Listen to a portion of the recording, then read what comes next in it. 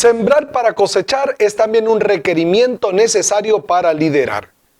Cuando somos liderados, sembramos la semilla que cosecharemos cuando nos corresponda a nosotros liderar sobre otros.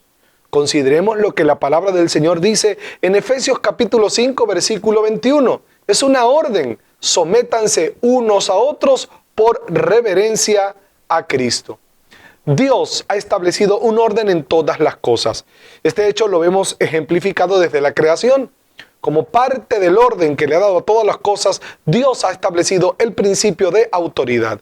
Este principio permite que haya orden en todas las cosas. Sin él, todo sería un desorden, todo sería un caos. El ejemplo lo vemos en la naturaleza. La luz gobierna, enseñorea sobre las tinieblas. Cuando la luz ilumina, las tinieblas desaparecen. El ser humano tiene dominio sobre los animales y no estos sobre el ser humano. El diccionario define la palabra autoridad como el poder que gobierna o ejerce mando de hecho o de derecho. Nos habla de potestad, de facultad, de legitimidad. Autoridad es el ejercicio de dominio y dirección sobre otros, bien sea por derecho, como el padre sobre los hijos, o por hecho, que tiene que ver con, por ejemplo, el campo laboral.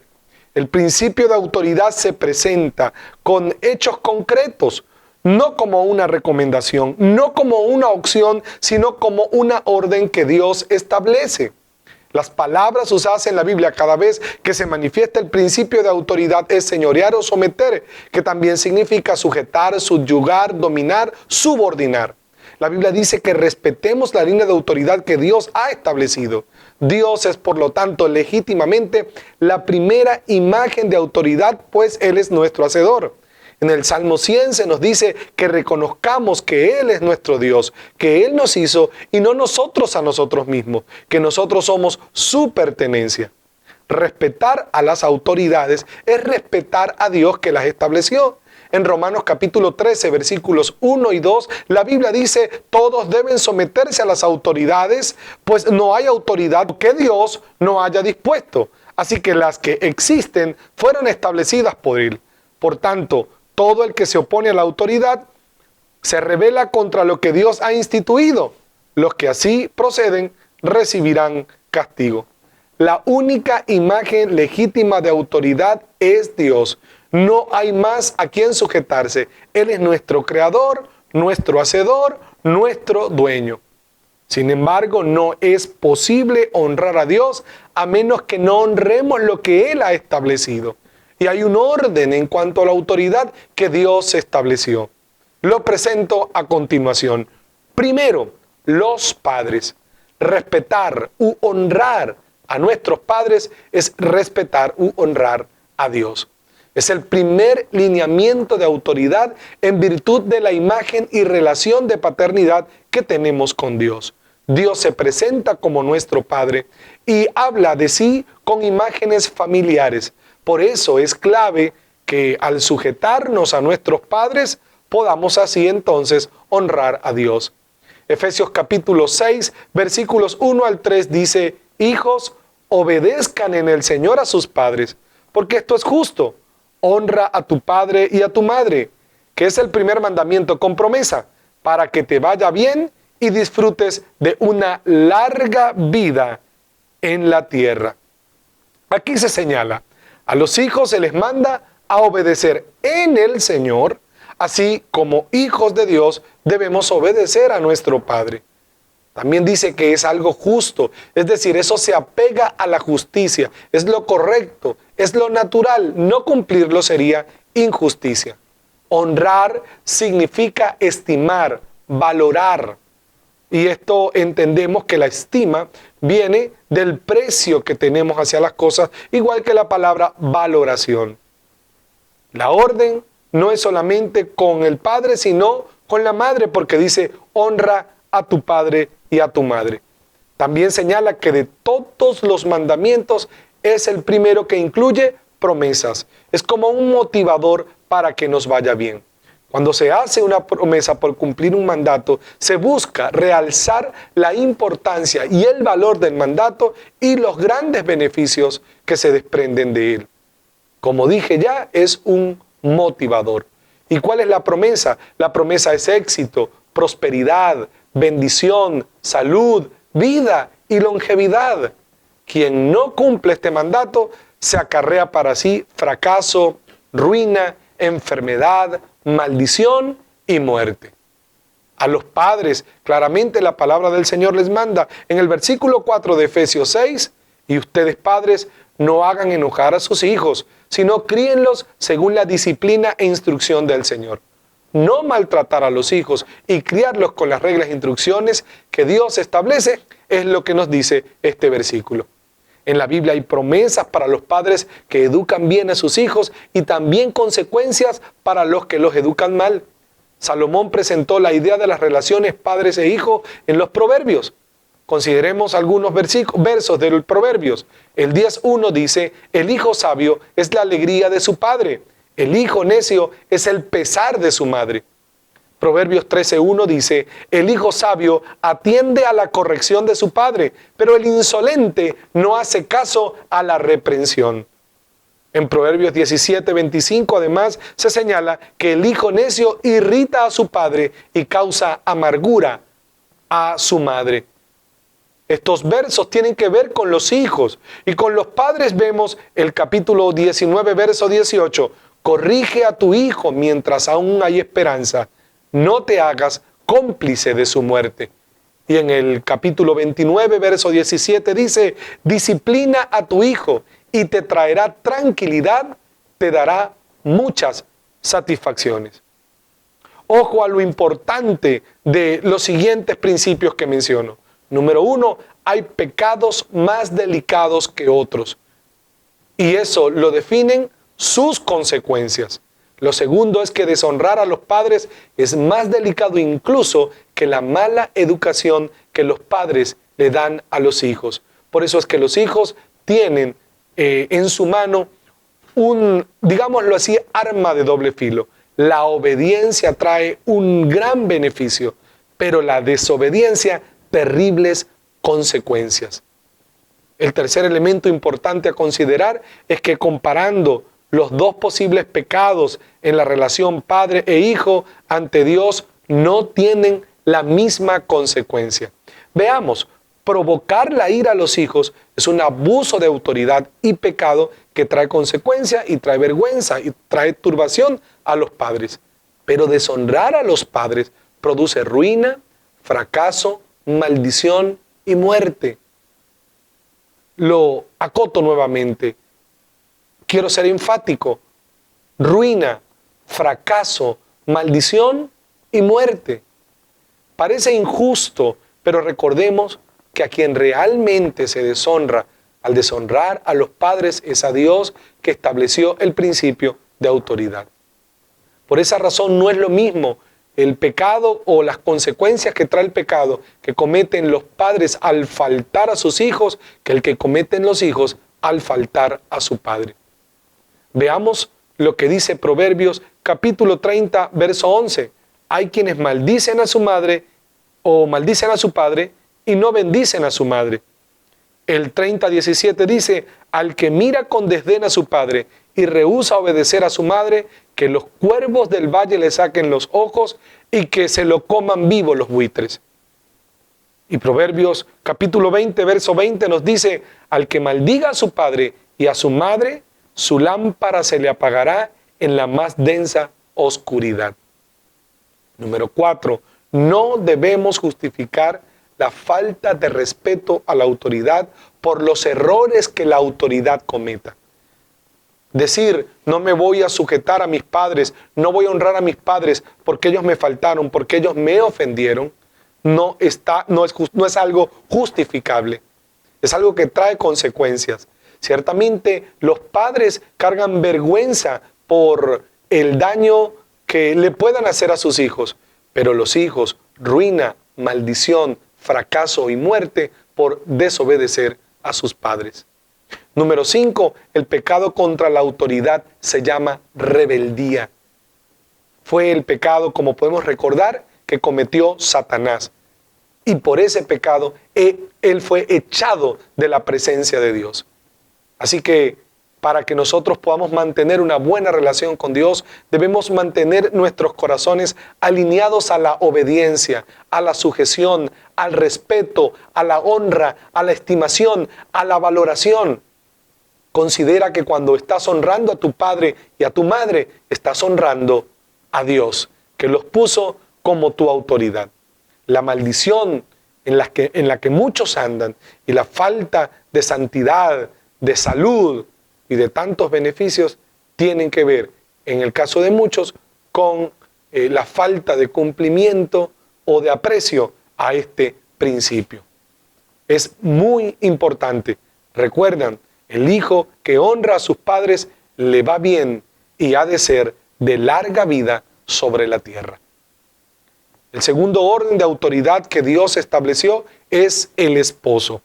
Cuando la mujer se casa, dice la Biblia que el esposo es la cabeza y debe, por tanto, respetar a su cabeza. Respetar u honrar al esposo es también respetar u honrar a Dios. Ese es el segundo lineamiento de autoridad en virtud de la imagen y la revelación de Cristo como el esposo y la iglesia la esposa. Entonces, el primer orden es los padres, porque Dios es nuestro Padre. El segundo orden es el esposo, porque Cristo es el esposo y nosotros, la iglesia, la esposa. Dice la Biblia en Efesios capítulo 5, versículos 22 al 24, esposas, sométanse a sus propios esposos como al Señor, porque el esposo es cabeza de su esposa, así como Cristo es cabeza y salvador de la iglesia, la cual es su cuerpo. Así como la iglesia se somete a Cristo, también las esposas deben someterse a sus esposos en todo. Como vemos, a las casadas se les manda sujetarse a los maridos, no a otra autoridad. Sujetarse, según el diccionario, significa someterse al dominio, al señorío o a la disposición de alguien. Nosotros rompemos los parámetros mundanales, los modelos mundanales, los paradigmas del mundo, las corrientes pecaminosas del mundo que contrarían a la palabra de Dios. Esto nada tiene que ver con patriarcado, con machismo o con imposiciones. Es el orden que Dios ha establecido y no podemos llamar sin consecuencia alguna a lo bueno malo, como tampoco llamar a lo malo bueno. Dios estableció un orden y el orden nunca es malo, porque el orden da balance, porque el orden permite que las cosas funcionen debidamente. Y para Dios, mientras la mujer honra a su marido, todo va a caminar bien. Y es lo que Dios manda a las esposas. Es para con sus maridos. Las casadas deben sujetarse al marido con la misma sujeción que tienen hacia Dios. Una mujer que no se sujeta a su marido no se sujeta a Dios, como tampoco hijos que no se sujetan a sus padres no se van a sujetar a Dios. ¿Por qué? Porque así como los padres son autoridad para los hijos, el marido es autoridad de la mujer.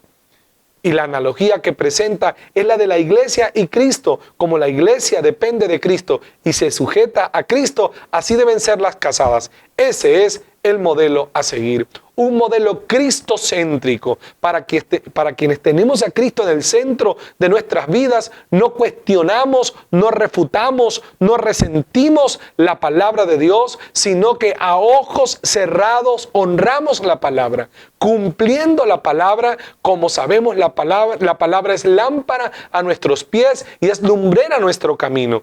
Versículo 8 se le dijo a Josué que nunca se apartara de él el libro de la ley, sino que pensara, meditara en esa palabra, en esa ley de día y de noche.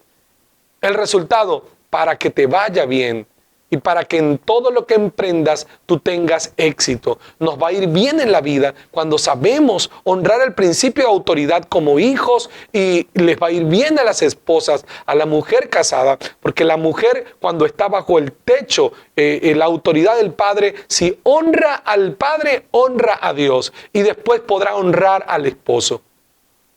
Los principios de sujeción también nos hablan de la otra parte, como la responsabilidad que tienen los padres con los hijos. También los esposos tienen responsabilidad con sus esposas. Consideremos Primera de Pedro capítulo 3, versículos 1 al 6. Allí dice: asimismo, esposas, sométanse a sus esposos, de modo que, si algunos de ellos no creen en la palabra, puedan ser ganados más por el comportamiento de ustedes que por sus palabras, al observar su conducta íntegra y respetuosa. Que la belleza de ustedes no sea la externa, que consiste en adornos tales como peinados ostentosos, joyas de oro y vestidos lujosos. Que su belleza sea más bien la incorruptible, la que procede de lo íntimo del corazón y consiste en un espíritu suave y apacible. Esta sí que tiene mucho valor delante de Dios. Así se en tiempos antiguos las santas mujeres que esperaban en Dios, cada una sumisa a su esposo. Tal es el caso de Sara, que obedecía a Abraham y lo llamaba su Señor. Ustedes son hijas de ella si hacen el bien y viven según su temor. Miremos, número 1, la sujeción de la esposa al marido es un ejemplo capaz de alcanzar para Cristo el alma del marido incrédulo. Fortalece la vida del creyente. Es la idea que también nos presenta el apóstol Pablo cuando le escribe a los Corintios. La mujer casada que honra a Dios santifica a su marido. El segundo principio a considerar es que la sujeción al marido es comportamiento puro y reverente hacia Dios. Número 3, lo más valioso para Dios de una mujer no es su aspecto externo, sino su sujeción, el cual se muestra por ese espíritu afable y apacible. Cuando hablamos de afable, nos referimos a algo agradable, a algo dulce, a algo suave, tanto en la conversación como en el trato. Y apacible tiene que ver con tranquilo, con tranquilidad, que es lo opuesto a ser una mujer histérica, intensa, peleona, rencillosa.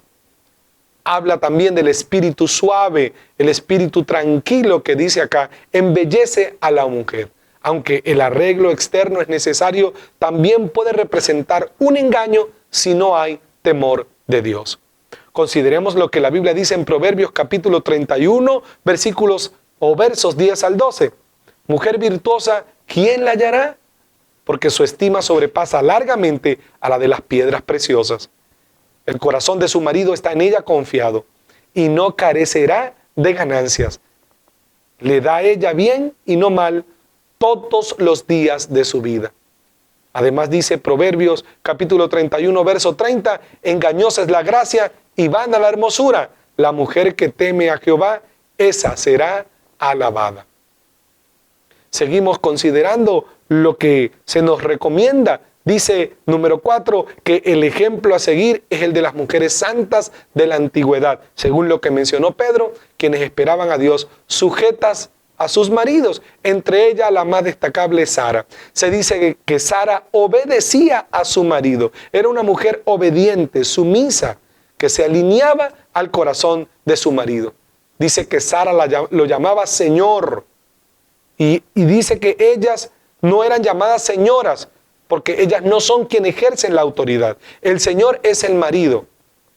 Ellas son las esposas, las mujeres casadas, las mujeres de esos hombres, porque el Señor es el hombre, porque señorío habla de autoridad, de dominio, de cabeza. Todas las mujeres, según lo que dice Pedro, han venido a ser hijas de Sara y ya no de Eva. Como sabemos, Eva al no sujetarse fue engañada por la serpiente y esa insujeción trajo serios problemas. Ser insujeta no es simplemente pelear y discutir fuertemente con el marido, que también lo es.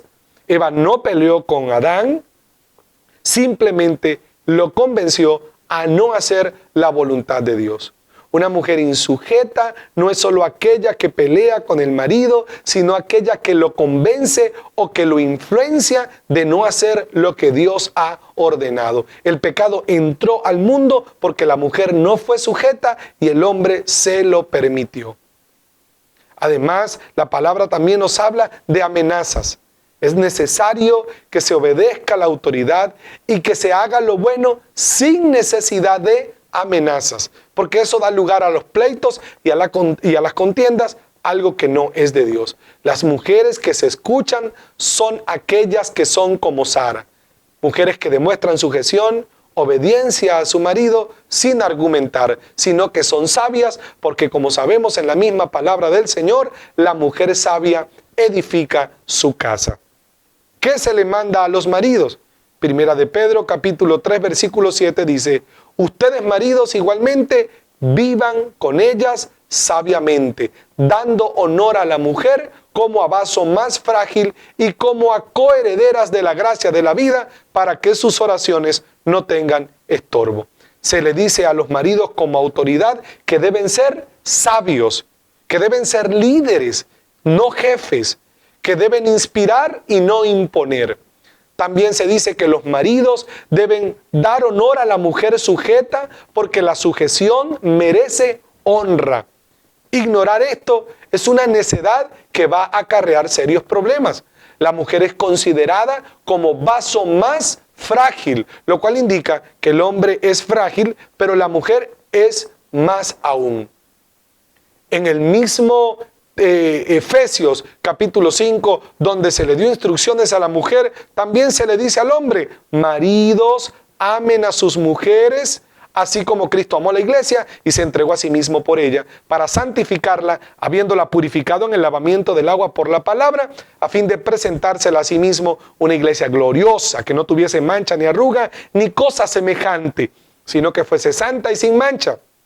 Así también los maridos deben amar a sus mujeres como a sus mismos cuerpos. El que ama a su mujer, a sí mismo se ama, porque nadie aborreció jamás a su propia carne, sino que la sustenta y la cuida, como también Cristo a la iglesia, porque somos miembros de su cuerpo, de su carne y de sus huesos. Por esto dejará el hombre a su padre y a su madre, y se unirá a su mujer, y los dos serán una sola carne. Grande es este misterio, mas yo digo esto respecto de Cristo y de la iglesia. Por lo demás, cada uno de ustedes ame también a su mujer como a sí mismo, y la mujer respete a su marido.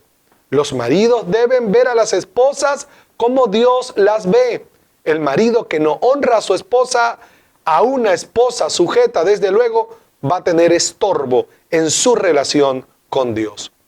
Dios estableció el principio de autoridad para que haya armonía. La autoridad es una regla impuesta por Dios para nuestra bendición, porque nos acerca a Dios. Como ven, la mujer que se sujeta a su marido, que honra la palabra de Dios, que sigue el lineamiento divino, dice la Biblia que va a inspirar a su esposo hacia Dios y que va a santificar a su marido, su matrimonio, y por tanto ella va a vivir en santidad. Y que por un lado el hombre que sabe honrar a su esposa sujeta, pues va a poder tener una buena relación con Dios, porque su oración no va a tener ningún tipo de estorbo. Como en el caso de los hijos hacia los padres, las esposas deben permanecer sujetas a sus maridos si esperan vivir bajo la bendición de Dios. La falta de estos no es excusa. La falta de los esposos, de los maridos, para levantarse contra la autoridad que ellos representan. Por eso, siendo sabios, recuerda, la mujer sabia edifica su casa. El tercer orden de autoridad que vemos en la palabra del Señor son nuestros guías espirituales. Y se refiere a los líderes, discipuladores, mentores o pastores. Personas legítimamente establecidas por Dios y que evidencian esa legitimidad por sus hechos. Respetar u honrar a los guías espirituales es respetar u honrar a Dios. Dios los usa como sacerdotes para tu bendición. Veamos lo que dice la palabra del Señor. Primera de Tesalonicenses capítulo 5 versículos 12 al 13 dice: les rogamos, hermanos, que reconozcan a los que trabajan entre ustedes y les presiden en el Señor y les animan, y que los tengan en mucha estima y amor por causa de su obra. Tengan paz entre ustedes. Es un ruego que hace el apóstol Pablo y pide reconocimiento. ¿Sí? Hay que ponerlos en relieve, hay que ponerlos en favoritos, en destacables. No son perfectos, pero esa gente que trabaja, que les presiden, esa gente que les anima, hay que estimarlos, hay que valorarlos, hay que amarlos y hay que procurar la paz con ellos, no estar en pleitos ni en contiendas. Dice además en Hebreos capítulo 13, versículo 17, obedezcan a sus pastores y sujétense a ellos, porque ellos velan por sus almas, como quienes han de dar cuenta, para que lo hagan con alegría y no quejándose, porque esto no les es provechoso. Además dice Gálatas capítulo 6, versículo 6, el que es enseñado en la palabra, haga partícipe de toda cosa buena al que lo instruye. Obediencia pide el escritor a los hebreos, y Pablo al escribir a los hermanos de Galacia dicen, hagan partícipe de lo bueno a todo aquel que te está instruyendo en las cosas de Dios. Y que no haya queja, porque esto no nos aprovecha para nada. Por tanto, entonces, levantarse contra las autoridades es rebelarse contra Dios que las estableció. Hay ejemplos en el Antiguo Testamento que tienen que llamar nuestra atención. El primero de ellos está en Números capítulo 12, del versículo 1 al 6, cuando los hermanos de Moisés, me refiero a María y Aarón, murmuraron contra Moisés, le criticaron, se levantaron contra él y dice que Dios para nada le agradó. Y por tanto entonces María estuvo leprosa y fue llamado a atención Aarón. Como eran familiares, a veces por la familiaridad, consideraron que tenían licencia para rebelarse contra la autoridad o para levantarse contra la autoridad, para criticarlo. Y Dios mismo castigó a estas personas, Aarón y a María, por rebelarse contra Moisés. No fue algo que Dios dejó entre familia, porque Dios es muy delicado. Hay consecuencias cuando nosotros deshonramos a la autoridad. No importa cuán cercano estés a la autoridad, cuán cercana estés a la autoridad. No importa que sea tu papá, tu mamá, tus hermanos, algún hermano, alguna hermana, el marido, la mamá, un cercano, te criaste con él, con ella. De ninguna manera debes faltar el respeto, porque eso no agrada a Dios y trae consecuencias. También dice la Biblia que unas personas que también eran líderes, encabezados por un hombre llamado Coré, se rebelaron contra Moisés. Y dice la Biblia que la tierra se los tragó vivos. Eso está también en el libro de los Números, capítulo 16, del versículo 1 en adelante. Es un relato de cómo Dios es muy celoso y aquellos que quieren, como decimos criollamente, darle un golpe de estado al líder pueden terminar muy mal. También está el ejemplo de Saúl. Saúl se rebeló contra una orden que le dio Samuel, el profeta, quien era su autoridad, quien era que lo había ungido. Y Samuel le dijo, locamente has hecho. Y por eso dice la Biblia que Saúl fue desechado y fue apartado. Dios dice que se desagradó, le disgustó mucho la actitud rebelde contra la autoridad que tuvo Saúl. Él era el rey, pero Samuel, el profeta, era el sacerdote y fue quien lo ungió. Por tanto, era su autoridad y él debía sujetarse. Y no fue una, sino 2 veces que se rebeló contra la autoridad de Samuel. Y por eso entonces, en esa locura cometida, fue desechado del reinado sobre Israel. Y así como los padres como autoridad tienen instrucción de parte de Dios de cómo tratar a los hijos, y así como los esposos tienen instrucción de parte de Dios, que son la autoridad, de cómo tratar a las esposas, también los guías espirituales tienen instrucción de parte de Dios de cómo tratar a aquellos a quienes guían. Porque recuerda que la semilla la sembramos cuando somos liderados y la cosechamos cuando tenemos que liderar. Porque hoy quizá tú estás siendo liderado, pero mañana seguro vas a liderar. Una persona que no se juzga, humilde, sencillo para ser liderado, no podrá entonces el día de mañana exigir liderar sobre otros. En Primera de Pedro, capítulo 5, versículos 1 al 4 dice, a los ancianos, es decir, a los líderes que están entre ustedes, yo que soy anciano o líder como ellos, testigo de los sufrimientos de Cristo y partícipe con ellos de la gloria que se ha de revelar, les ruego esto. Cuiden como pastores el rebaño de Dios que está a su cargo, no por obligación ni por ambición de dinero, sino con afán de servir como Dios quiere. No sean tiranos con los que están a su cuidado, sino sean ejemplos para el rebaño. Así, cuando aparezca el Pastor Supremo, ustedes recibirán la inmarcesible corona de gloria. Eso es un llamado de atención para que honremos al Señor con el trabajo que ha puesto en nuestras manos. La cuarta línea de autoridad son las autoridades laborales. Y bueno, nos dice a los que son empleados, a los que trabajan para otros, que no trabajen como para agradar al ojo, que háganlo como para Cristo, porque realmente servimos al Señor, que deben ser obedientes, respetuosos y trabajar con integridad del corazón.